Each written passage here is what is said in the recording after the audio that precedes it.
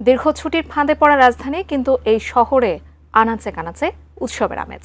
যদিও যাবার জায়গা সীমিত, তবু যথাসাধ্য বিনোদনগুলোতে পরিবার পরিজন নিয়ে, কেউ বন্ধুত্ব নিয়ে উদযাপন এবং উপভোগ করছেন ঈদের আনন্দ।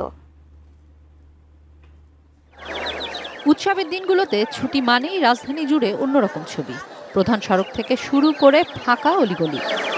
তবে যারা প্রিয়জনের সঙ্গে ঈদ করতে ছেড়ে যাননি ঢাকা, এই সুযোগে তারা ভিড় করেছেন শহরের বিনোদন কেন্দ্রগুলোতে। লোকে লোকারণ্য চিড়িয়াখানা, কে কাকে দেখবে বোঝা বড় দায়। মানুষের উপর মানুষ, এত গরমে মানে না সেটাই ভালো। আপনার দুঃখতে অনেক কষ্ট হয়েছে, হাঁটতে হচ্ছে আপনার মাথার থেকে হাঁটা নিরুপুর কাছাকাছি থেকে। সকাল থেকেই মানুষের স্রোত চিড়িয়াখানামুখী হলেও বেলা বাড়ার সঙ্গে সঙ্গে তা পায় যেন আরো তীব্রতা। ঈদ ছাড়া তো ওরকম ঘোরাঘুরি হয় না, আসলে সবাই তো এরকম ছুটিও পায় না। সকাল থেকে কিছুটা নিরিবিলি থাকা অন্য বিনোদন কেন্দ্রগুলোতেও ছিল মানুষের আনাগোনা। ভিশনের ফুলঝুরি মেগা অফারে ফ্রিজ কিনলেই পাচ্ছেন 16 পিসের আকর্ষণীয় গিফট বক্স একদম ফ্রি। দালান ঘেরা শহরে রমনার মতো খোলা জায়গাটা বেছে নিয়েছেন অনেকেই।